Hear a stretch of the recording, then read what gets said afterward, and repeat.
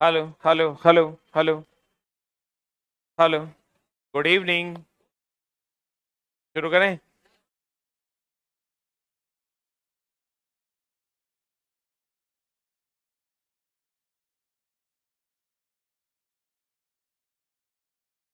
थोड़ा बहुत चला, हम सोच रहे हैं कि क्लासेस के टाइम टेबल में फाउंडेशन में बदलाव किया जाए। तुम लोगों का राय लेंगे। हाँ, कुछ हम अमूल चूल परिवर्तन करने जा रहे हैं, जिससे बच्चों का जो ये हेक्टिक शेड्यूल है ना, वो थोड़ा कम हो जाए और कोर्स भी समय पर समाप्त हो पाए। कुछ करेंगे तो बढ़िया करेंगे, खराब तो करेंगे नहीं। कुछ सोच रहे हैं, देखते हैं कहाँ तक पहुंचेंगे तो तुमको बताएंगे। क्या चल रहा है इसमें?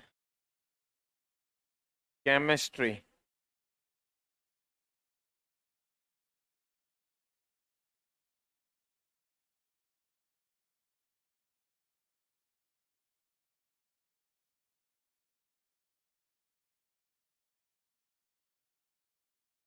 में कहाँ तक हुआ था दोस्त?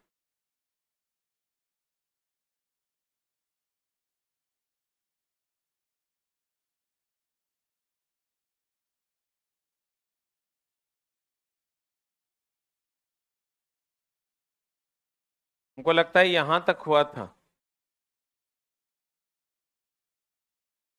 क्या कहते हो? अधिक गहराई में और कम गहराई में यहीं तक हुआ था कल।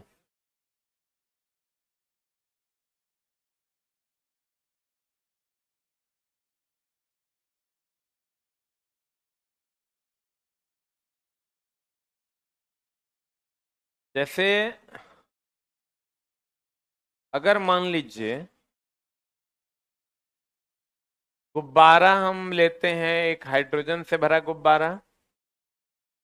किससे भरा गुब्बारा? हाइड्रोजन से भरा गुब्बारा। एक हम लेते हैं हीलियम से भरा गुब्बारा। और एक हम लेते हैं नाइट्रोजन से भरा गुब्बारा। हाइड्रोजन, हीलियम, नाइट्रोजन, तीन गुब्बारे हमने लिए। चलो एक और ले लेते हैं, ऑक्सीजन से भरा गुब्बारा। है ना? हाइड्रोजन, हीलियम, नाइट्रोजन और ऑक्सीजन से भरे हमने चार गुब्बारे ले लिए। चारों गुब्बारे में आपको पता है कि पृथ्वी के सतह से नीचे से ऊपर जाने पर दाब जो है ये घटता है। दाब क्या होता है? घटता है। पृथ्वी के सतह से नीचे से ऊपर जाने पर दाब क्या हो जाता है? घटता है। तो हमको अगर मेरे ऊपर दाब कम लगे तो हम फैलेंगे ज्यादा, और मेरे ऊपर दाब ज्यादा लगेगा तो फैलेंगे कम। नहीं समझे? मेरे ऊपर अगर दाब ज्यादा लगे तो कम फैलेंगे, और दाब कम लगेगा तो ज्यादा फैलेंगे। बोलिए। तो नीचे से ऊपर जाने पर दाब घटता है, तो सबसे कम प्रेशर तो इसी पर होगा, ये ज्यादा फैलेगा। ये सबसे ऊपर इसलिए है क्योंकि ये सबसे हल्का है, और इस पर दाब कम इसलिए होगा क्योंकि नीचे से ऊपर जाने पर दाब घटता है। बात को पकड़िएगा।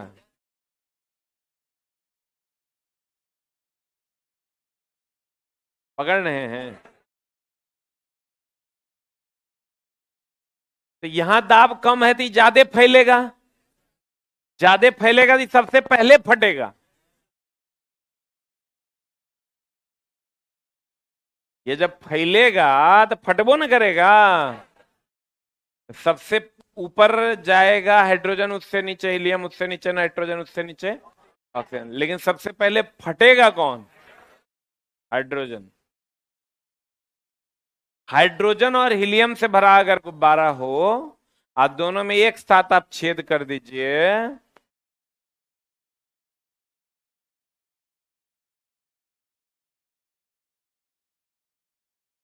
हाइड्रोजन से भरा गुब्बारा जल्दी संकुचित हो जाएगा क्योंकि ये सबसे हल्की गैस। हाइड्रोजन हल्की है कि हीलियम? हाइड्रोजन हल्की है इसलिए ये जल्दी संकुचित हो जाएगा, सिकुड़ जाएगा। बोलो। यदि दो गुब्बारों में हाइड्रोजन और ऑक्सीजन को समान अणु भरे हुए हों और उनमें एक साथ छेद कर दिया जाए तो हाइड्रोजन से भरा गुब्बारा पहले संकुचित हो जाएगा। घर में जो हम लोग ये यूज करते हैं चला,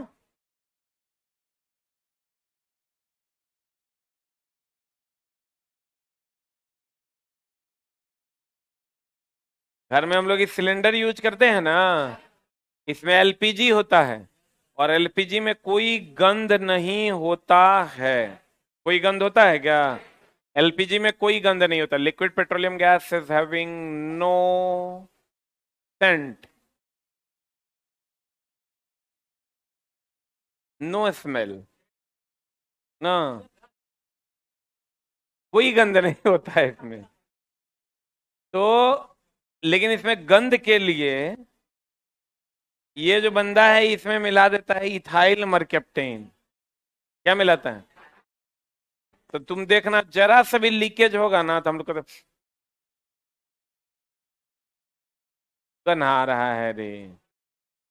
इथाइल मरकेप्टेन कहते हैं घरों में उपयोग की जाने वाली एलपीजी लिक्विड पेट्रोलियम गैस पात्र में द्रव अवस्था में होता है तथा इसमें गंध के लिए हम लोग इथाइल मरकेप्टेन मिलाते हैं और इथाइल मरकेप्टेन जो है ये सल्फर का यौगिक, इसीलिए देखिए गंध नहीं करेगा तो पता कैसे चलेगा कि लीक हुआ है कि नहीं हुआ?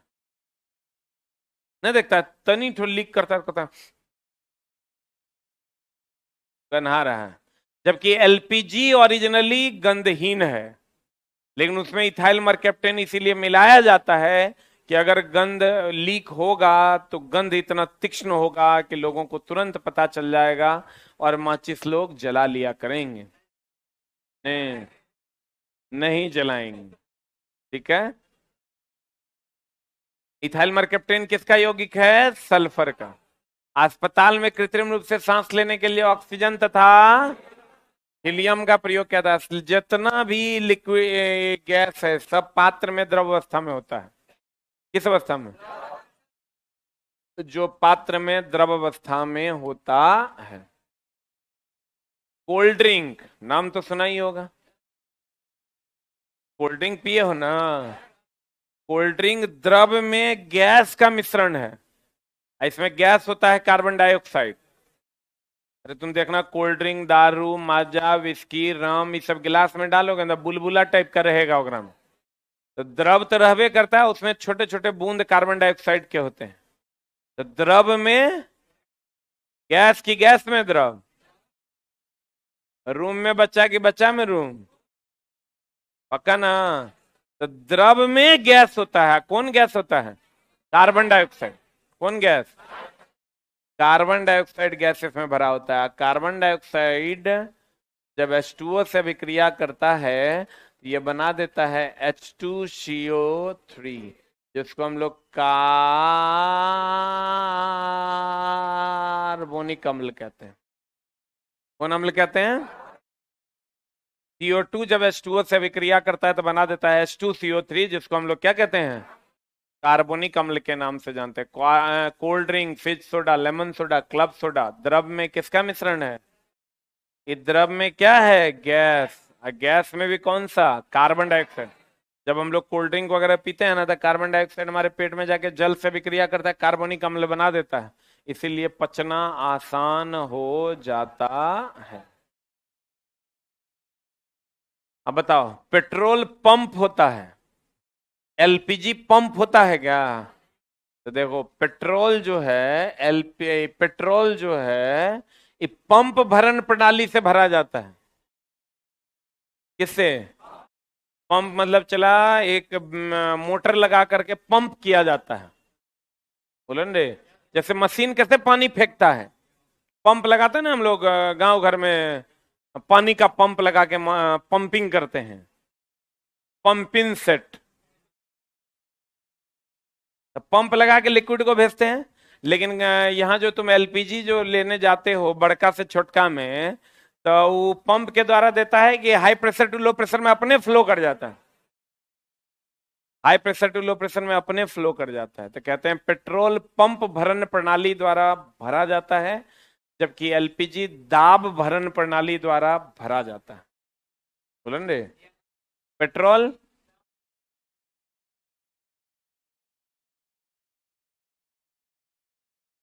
अरे रुक नहीं यार, हाँ नीचे मोबाइल छूट गया, ले आओ ले आओ, चोरी हो जाएगा तो गड़बड़ हो जाए। पेट्रोल पंप होता है, जबकि एलपीजी जो हम लोग भराने जाते हैं पेट्रोल पंप होता है। एलपीजी जो होता है चला दाब भरण प्रणाली के द्वारा भरा जाता है, high pressure to low pressure. हम बोलते हैं कोल्ड ड्रिंक में कौन gas, CO2 carbon dioxide gas भरी जाती है, जो जल से अभिक्रिया करके कार्बोनिक अम्ल का निर्माण करती है, अर्थात CO2 H2O से अभिक्रिया करेगा और क्या बना देगा, H2O3 कार्बोनिक अम्ल। समुद्री जल से तल से ऊपर या नीचे जाने पर वायुमंडलीय दाब क्या होता है, घटता है ना, मिला रे। पृथ्वी के सतह से ऊपर जाने पर वायुमंडलीय दाब अभी तुरंत बताए थे क्या होता है, घटता है, जिसके कारण क्वथनांक, और देखो इस समुद्र तल से जब नीचे से ऊपर जाओगे ना आप, या पृथ्वी के तल से जब आप नीचे से ऊपर जाओगे तो दाब घटेगा, क्वथनांक भी घटता।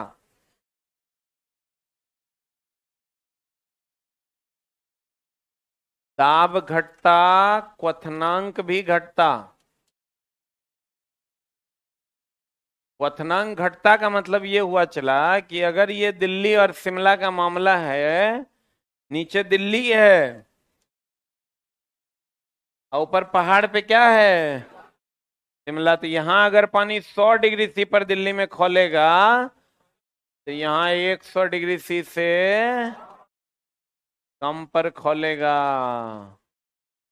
नीचे अगर पानी 100 डिग्री सी पर खोलेगा ना, तो नीचे से ऊपर जाओगे 100 डिग्री सी से कम पर खोलेगा। नीचे पानी अगर 100 डिग्री सी पर खोलेगा तो नीचे से ऊपर जाने पर पानी कितना तक पर खोलेगा, 100 से कम पर खोलेगा। बोलो, नीचे से ऊपर जाने पर दाब घटता है, इसलिए क्वथनांक भी क्या हो जाता है, घटता है, और वाष्पीकरण की दर तेज हो जाती है। वाष्पीकरण की दर तेज हो जाती है। नहीं समझा, नीचे से ऊपर जाने पर दाब घटता, इसलिए क्वथनांक भी घटता और वाष्पीकरण की दर तेज हो जाती। वाष्पीकरण की दर तेज इसलिए कि यहाँ दिल्ली में 100 डिग्री से पर पानी खोलेगा, शिमला में 100 से कम में पर पानी खोलने लगेगा, तो यानी 90 या 70 80 पर ना पानी वाष्प बन जाएगा। अरे बोल रे, नीचे यहाँ 100 पर पानी खोलेगा, ऊपर जाएगा तो 100 से कम में पर ना खोलेगा, तो जल्दी जल्दी खोलेगा कि लेट से खोलेगा, और जल्दी जल्दी खोलेगा जल्दी जल्दी वाष्प बनेगा।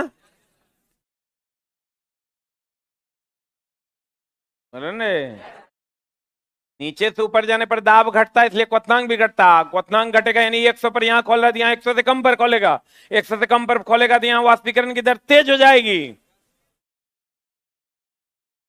बोला हो रानी, नहीं बुझा? आपको बताओ दिल्ली में खाना बनाना मुश्किल है कि शिमला में? शिमला में, क्योंकि भैया यहाँ मटन डालोगे 60 पर पानी वाष्प बन जाएगा, तो पानी वाष्प बन जाएगा, मटन वैसे को वैसे रह जाएगा। तो शिमला में खाना बनाना मुश्किल है, हम ही नहीं कहते कि नहीं बनेगा, तनी मुश्किल है। यहाँ पानी डालते हो 5 लीटर, तो वहां डालना पड़ेगा 7 लीटर, तब खाना बनेगा। और दूसरा इसीलिए कहते हैं नीचे से ऊपर जाने पर दाब का मान घटता है, तो ऊपर जाओगे तो ऊपर एरोप्लेन में जो है कहा जाता है कि जो चढ़ने वाले व्यक्ति होते हैं उसके पेन, स्याही वाला अगर पेन होता है तो उसकी स्याही क्या कर दी जाती है, निकाल दी जाती है, क्योंकि ऊपर जाएगा दाब घटेगा, सारा स्याही अपने बाहर निकल जाएगा। बोलो रे, पहाड़ पर चढ़ने वाले व्यक्ति को कभी कभी नाक से खून निकलने लगता है, क्योंकि जब वो पहाड़ पर चढ़ता है ना, तो नीचे से ऊपर जाने पर दाब घटता है, तो ऊपर जाने पर दाब, बाहर का दाब कम होता है, अंदर का दाब ज्यादा होता है, high pressure to low pressure में फ्लो कर जाता है उसका रक्त। जैसे हम पहाड़ पे हैं, बाहर का दाब कम है, बाहर का दाब कम है, अंदर का दाब ज्यादा है, high pressure to low pressure में लिक्विड का फ्लो हो जाएगा, तो नाक से कभी कभी क्या लगने लगता है, खून निकलने। पृथ्वी के सतह से ऊपर जाने पर वायुमंडलीय दाब क्रमशः घटता है, जिसके कारण क्वथनांक भी घट जाता है, लेकिन वाष्पीकरण की दर तेज हो जाती है। देखो, दाब समानुपाती किसके होता है, क्वथनांक के।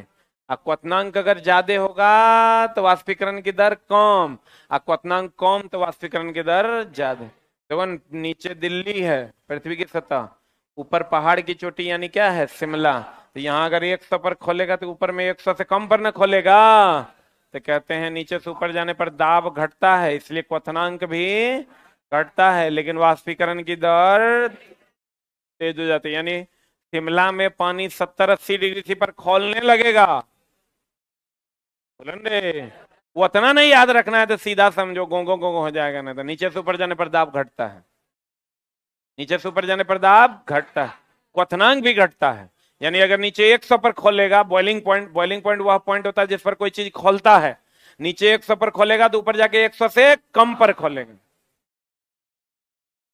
पृथ्वी के सतह से ऊपर जाने पर दाब का मान घटता है, यही कारण है, पृथ्वी के सतह से ऊपर जाने पर दाब का मान क्या होता है, घटता है। यही कारण है कि वायुयान में सफर करते समय फाउंटेन पेन की स्याही निकाल दी जाती है। अधिक ऊंचाई पर चढ़ने पर कभी कभी नाक से खून निकलने लगता है। पहाड़ पर खाना बनाना मुश्किल है, हाइड्रोजन और हीलियम से भरा गुब्बारा कुछ ऊंचाई पर जाने के बाद क्या हो जाएगा, फट जाएगा। क्यों फटेगा, ऊंचाई पर जाएगा, दाब बाहर का कम होगा, वो फैलेगा, फैल के फट जाएगा।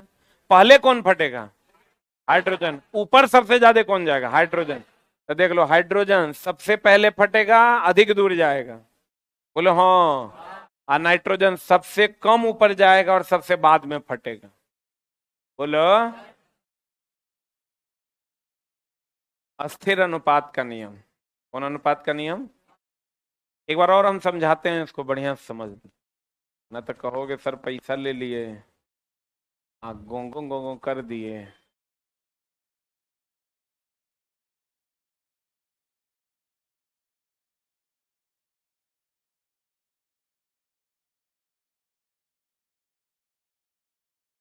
यह दिल्ली, दिल्ली है दिल वालों की, खाली दारूबाज सबका दिल्ली है।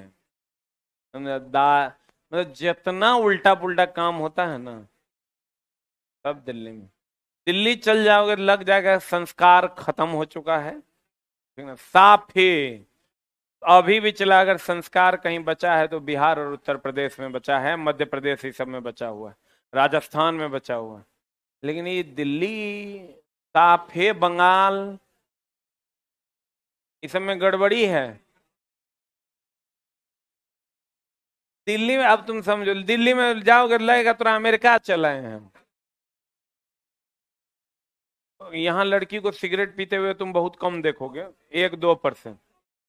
यहाँ जितना तुम नहीं देख रहे हो उतना तुम वहां देखोगे, एक दो को बिहारी होगी तो वो नहीं पी रही होगी, बाकी तो सब चल। कहेगा वो लोग तो नशा में रहता तो कह देता दिल्ली है दिल वालों की, दिल्ली दिल वालों की है। यह शिमला, नीचे से ऊपर जाने पर दाब घटता है,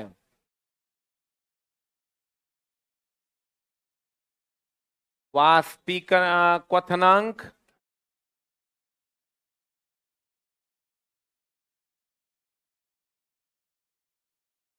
वाष्पीकरण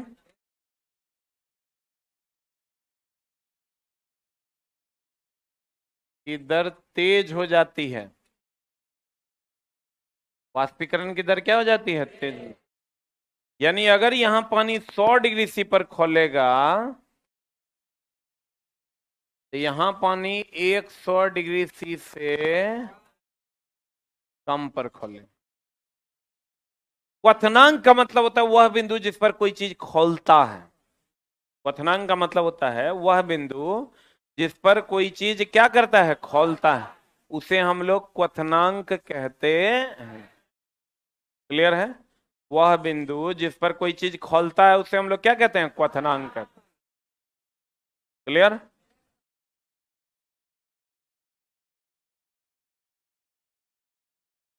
हमको ही बताइए कि दिल्ली में अगर 100 पर खोलेगा, ऊपर जाके 100 से कम पर खोलेगा। यहां प्रेशर अगर 10 है तो यहां प्रेशर 7 होगा। बोलिए नहीं रहा है। अगर यहां प्रेशर 10 है तो यहां प्रेशर कितना होगा, 7 ना होगा। बोलिए। तो नीचे से ऊपर जाने पर क्वथनांक घटेगा कि बढ़ेगा? घटेगा ना।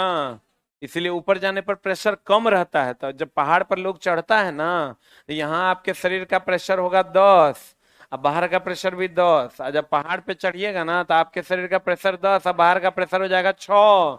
10 से 6 में आपके लिक्विड का फ्लो हो जाएगा, नाक से खून निकलने लगेगा। या स्याही है, वो फेंक देगा। पहाड़ पर खाना बनाना मुश्किल है, चूंकि 100 पर यहाँ पानी खोलता है, वहां 100 से कम पर खोल के वाष्प बन जाएगा, सारा पानी उड़ जाएगा, खाना पकवे नहीं करेगा। बोलो। तो कहते हैं अब अस्थिर अनुपात का नियम, निश्चित अनुपात का नियम, यह दिया था जोसेफ प्राउस्ट ने। किसने दिया था? अस्थिर अनुपात का नियम, अस्थिर अनुपात का नियम या निश्चित अनुपात का नियम। निश्चित अनुपात का नियम, अस्थिर अनुपात का नियम या निश्चित अनुपात का नियम। ठीक है? ये दिया था किसने? जोसेफ प्राउस्ट ने। डॉल्टन साहब का भी इसमें योगदान था। जोसेफ प्राउस्ट ने, जोसेफ प्राउस्ट ने। किसने दिया था? चला। तो ये क्या कहता था कि अगर मान लो H2O है, H2O है तो हाइड्रोजन का द्रव्यमान होता है 1 ना, ऑक्सीजन का होता है 16। आगे हम बताएंगे आपको। हाइड्रोजन का 1 होता है 1 गुना 2 2 अनुपात 16, यानी 1 अनुपात 8। H2O की अगर हम बात करें तो हम ये कह सकते हैं हाइड्रोजन और ऑक्सीजन एक निश्चित अनुपात में होते हैं। बोलिए।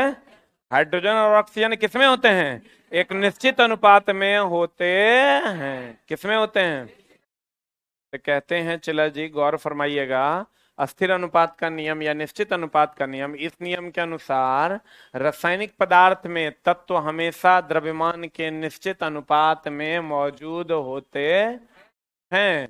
निश्चित अनुपात के नियम का प्रतिपादन यही पूछेगा तुमको, जोसेफ प्राउस्ट नामक वैज्ञानिक ने किया था। जैसे CH4 ले लीजिए आप, या C2H4 में कार्बन और हाइड्रोजन के भार का अनुपात देखे तो कितना आता है? C2 कार्बन हो गया कितना?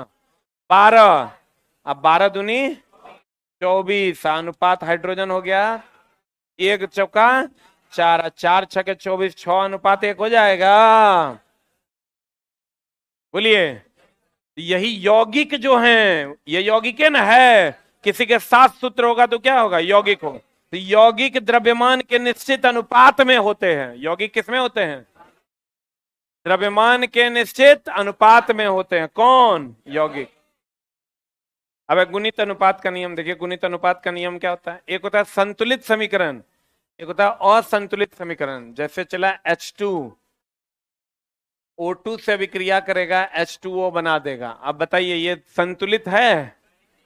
इधर हाइड्रोजन दूगो है, इधर हाइड्रोजन दूगो है, इधर ऑक्सीजन दूगो है, इधर ऑक्सीजन एक गो है। संतुलित है क्या? असंतुलित समीकरण को कंकाल समीकरण भी कहते हैं। कौन समीकरण कहते हैं? कहीं पर लिख लो, असंतुलित समीकरण को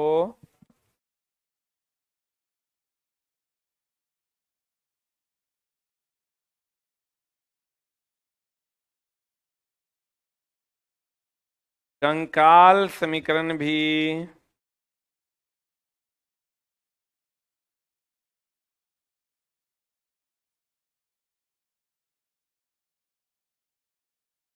कहते हैं।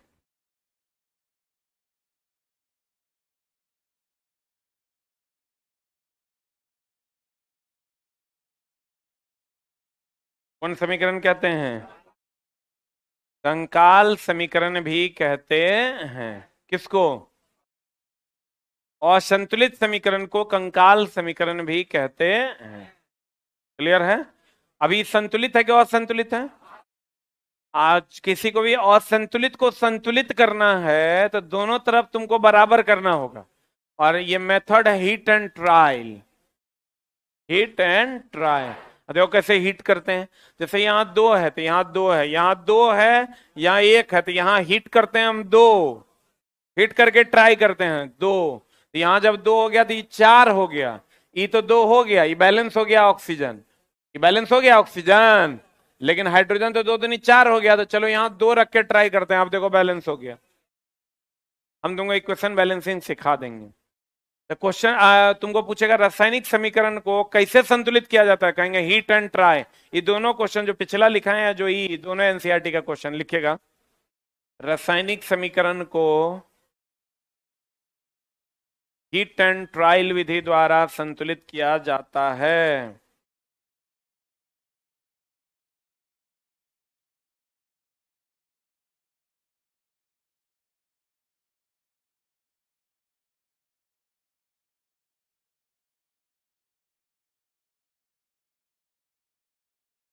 क्या लिखे? रासायनिक समीकरण को हीट एंड ट्रायल विधि द्वारा संतुलित किया जाता है। हीट एंड ट्रायल विधि द्वारा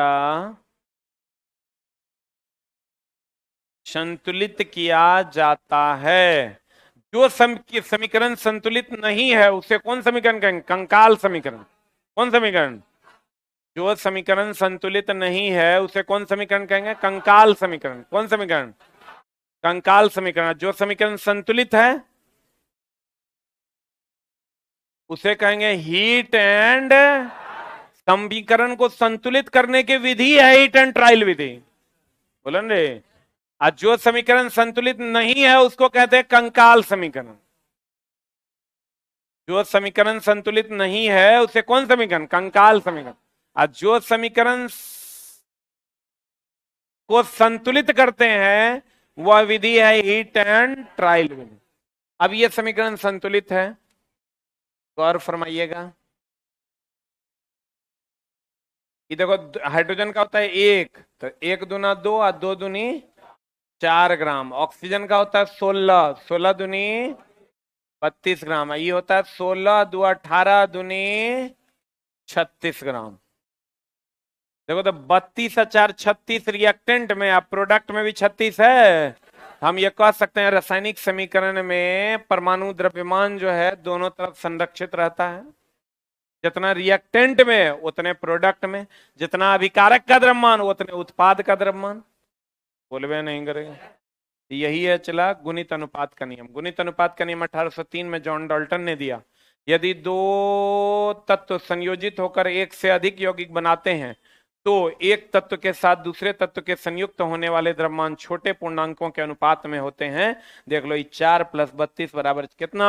36। शुद्ध पानी, कौन पानी चला? शुद्ध पानी का क्वथनांक कितना? 100। और नाला का पानी ले लोगे 100 पर खोलेगा? कहते हैं अशुद्ध पानी का क्वथनांक 100 से ज्यादा। भारी जल, गुरु जल, ड्यूटेरियम ऑक्साइड, इसका क्वथनांक 101.4। ईथर का कितना? 34। ये सब नहीं याद रखना है, याद ये रखना है अगर अशुद्ध पानी है तो जल्दी खोलेगा नहीं। जैसे नाला का पानी जल्दी खोलेगा, अशुद्ध पानी का क्वथनांक ज्यादा। क्वथनांक ज्यादा मतलब ज्यादा तापमान देके खोलेगा कि कम तापमान देके? ज्यादा तापमान देके खोलेगा। क्लियर है ना? वर्षा का जल, आसूत जल, शुद्ध जल, विद्युत का क्या है? कुचालक। अब चलो देखो विद्युत के कुचालक का कुछ लिस्ट है जो तुमको पूछेगा। तेरी चाहते तेरा, चला कुछ उल्टा इसलिए बोल देते हैं या कर देते हैं कि तुम्हारा ध्यान अगर कहीं चला भी गया हो तो तुम क्लास में लौट आओ। ठीक ना? बाकी अपना तो इच्छा है कि जल्दी जल्दी पढ़ाएं। हाँ, गौर फरमाइएगा। क्या फरमाइएगा? किस बात पे? हाँ, कुचालक की बात पे। कुचालक।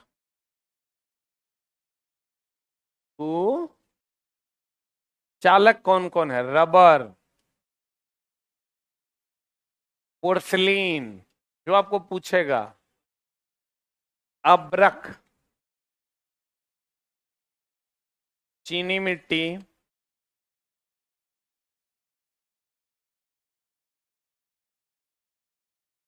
हाइड्रोकार्बन, कार्बोहाइड्रेट,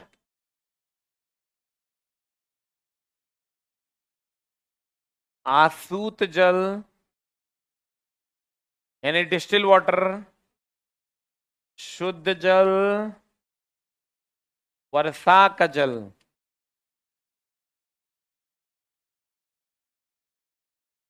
लिखिए।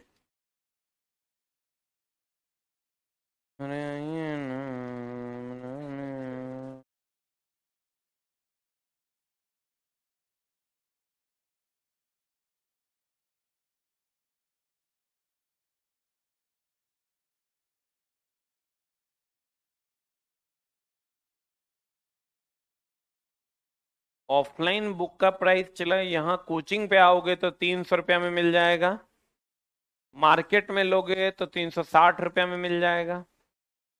हो सकता है 10-20 रुपया कम में भी दे देता हूँ। नहीं करता है?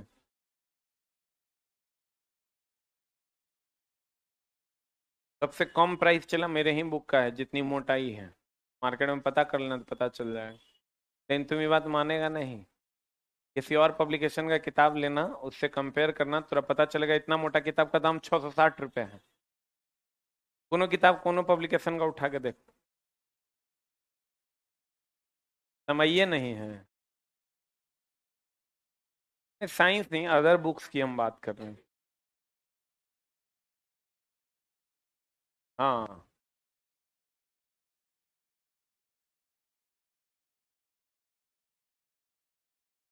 एक के है लगभग। पोर्सलिन और चीनी मिट्टी लगभग क्या है, चला एक ही है। पढ़े ये महाविद्या, रबर, पोर्सलिन, पोर्सलिन ना, पोर्सलिन, अब्रक, चीनी मिट्टी, हाइड्रोकार्बन, कार्बोहाइड्रेट, आसुत जल, शुद्ध जल, वर्षा का जल। अगर आपको शुद्ध जल और वर्षा का जल दोनों ऑप्शन में दे देगा तो क्या मारिएगा? वर्षा का जल मारिएगा। क्या मारिएगा? वर्षा का जल मारिएगा। दोनों कभी कभी ऑप्शन में देता है। एक बात बता, कुकर में खाना बनाई हो? बनाई हो? इडली बनाती होगी। तो जब कुकर में खाना बनाते हैं ना हम लोग, चला जी, तो वो क्या होता है कि प्रेशर जो है, इसमें प्रेशर समानुपाती होता है टेम्परेचर के, जब वॉल्यूम कांस्टेंट होता है। वॉल्यूम कांस्टेंट होता है कि नहीं होता है? वॉल्यूम नियत होता है। जरा सा भी रबर अगर लीक करेगा तो खाना पकता है? पूरा एकदम टाइट रहता है। तो जब दाब गैस का बढ़ता है, गैस का जब दाब बढ़ता है तो टेम्परेचर भी बढ़ता है। बोले में नहीं करेगा। प्रेशर बढ़ता है जिसके कारण टेम्परेचर भी क्या होता है? बढ़ता है। बोलो हाँ। प्रेशर बढ़ता है जिसके कारण टेम्परेचर भी क्या होता है?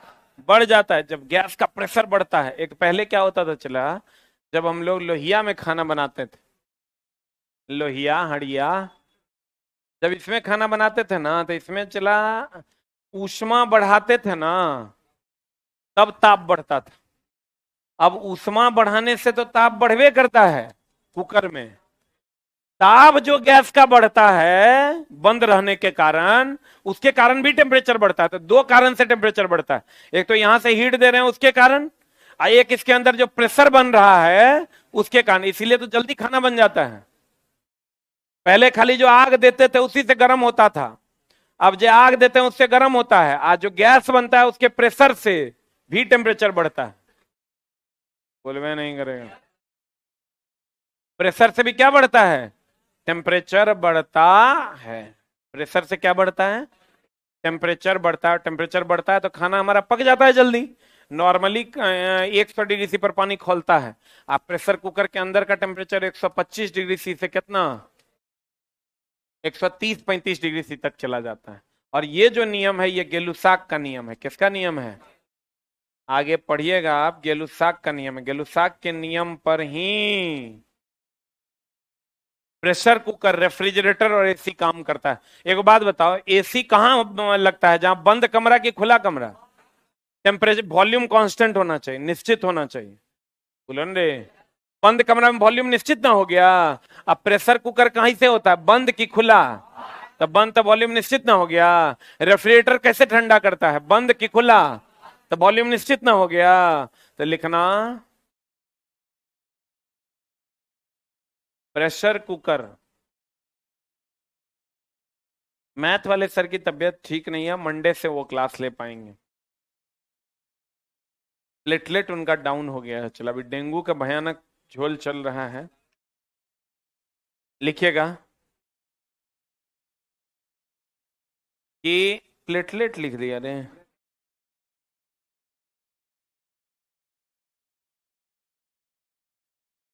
क्लास में यही है नहीं है? प्रेशर कुकर, प्रेशर कुकर गेलुसाक के नियम पर काम करता है। गेलुसाक के नियम पर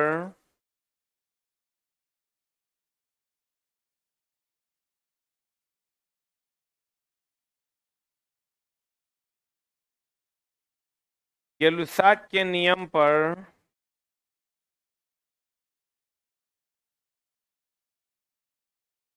काम करता है।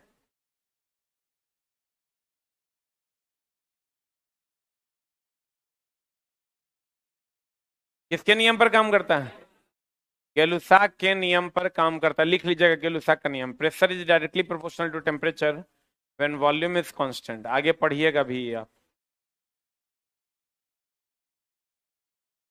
हो गया?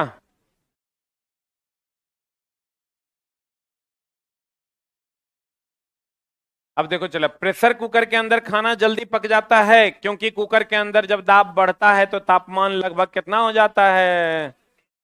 125 से 130 डिग्री सी हो जाता है। जब कोई नाव नदी में, देखो इधर फिर चला, अनदर डिस्कशन का ये पार्ट है। हम लोग एक बार इसी की ओर चलते हैं, यहीं तक आज की क्लास को रखते हैं। वर्षा जल, आसूत जल दोनों रहेगा तो क्या मारिएगा? वर्षा का जल। वर्षा का जल, आसूत जल, पोर्सिलीन, अब्रक, चीनी मिट्टी, रबर, कार्बोहाइड्रेट, हाइड्रोकार्बन, शुद्ध जल, ये सब विद्युत का क्या है? कुचालक। इसमें विद्युत धारा का प्रवाह नहीं होता। और प्रेशर कुकर में खाना जल्दी पकता है क्योंकि प्रेशर समानुपाती किसके होता है? टेम्परेचर के। आपको कहेगा अशुद्ध पानी का क्वथनांक ज्यादा की कम? 100 पर खोलेगा कि 100 से ज्यादा पर? नाला का पानी 100 पर खोलेगा? 100 से ज्यादा पर खोलेगा। बोलो हाँ। और चला जी, अगर हम बात करें गुणित अनुपात का नियम, रिएक्टेंट का द्रव्यमान बराबर प्रोडक्ट का द्रव्यमान ना। इसको दिया था डाल्टन ने। अस्थिर अनुपात का नियम दिया था जोसेफ प्राउस ने, कि कोई भी यौगिक जो है वो द्रव्यमान के निश्चित अनुपात में होता है। फिर कहते हैं नीचे से ऊपर जाने पर दाब घटता है। हाँ, तो भैया सबसे ऊपर हाइड्रोजन का गुब्बारा कि हीलियम?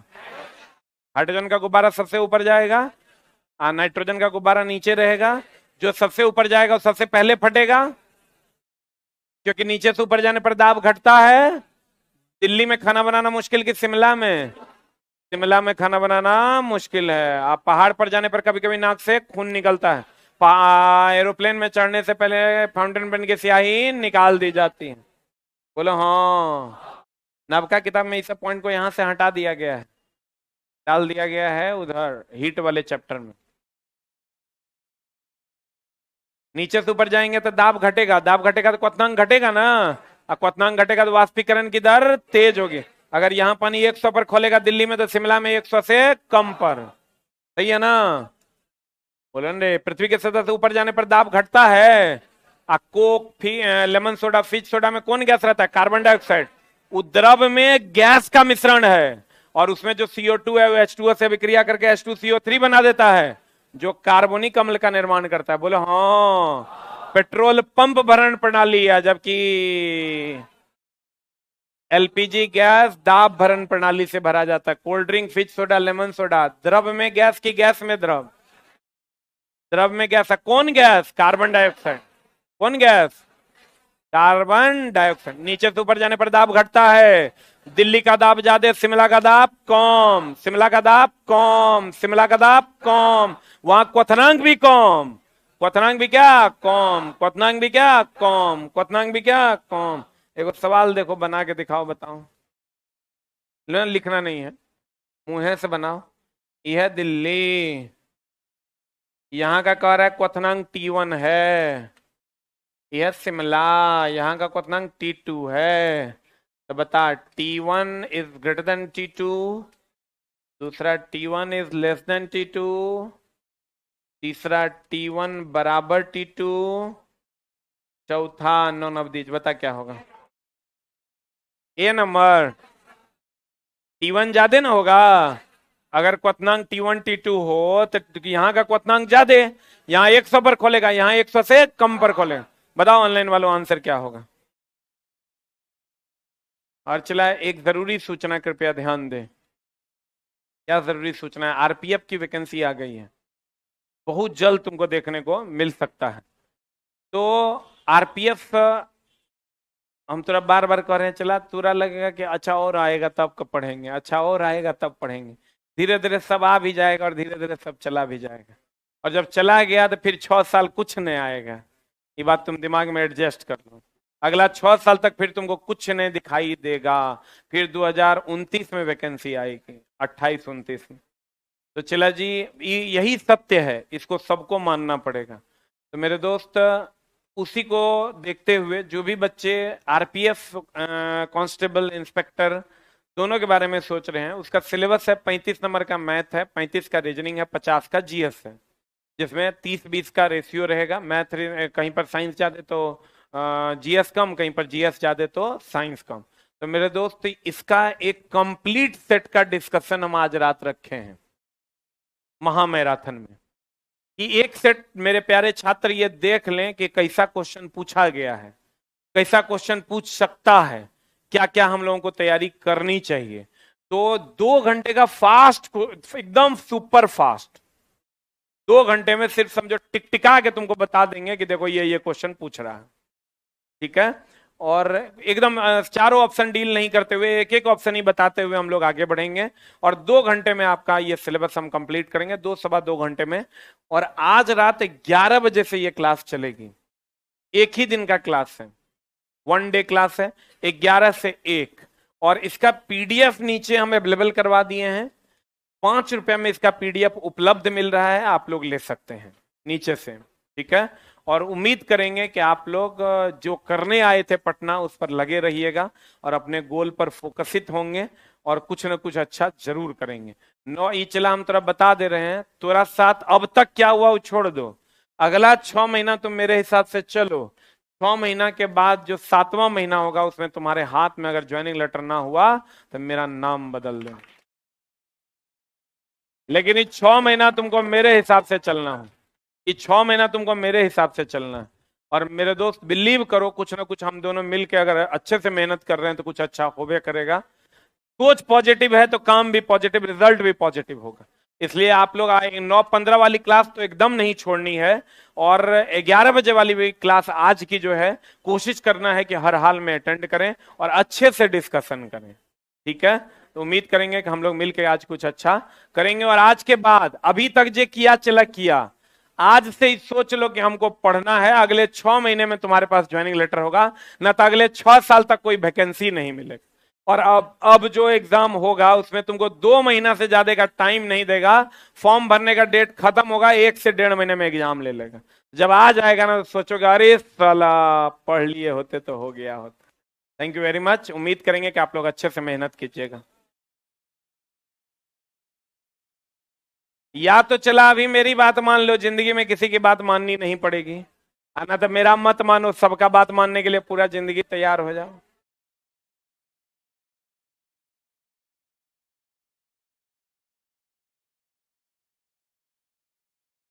हाँ, ऑनलाइन में पीडीएफ अवेलेबल करवा देते हैं। पीडीएफ ऑनलाइन में मिलता है, ऑफलाइन में यहां भी अवेलेबल करवा देते हैं। अवेलेबल हो गया है, ऑलरेडी मिल रहा है।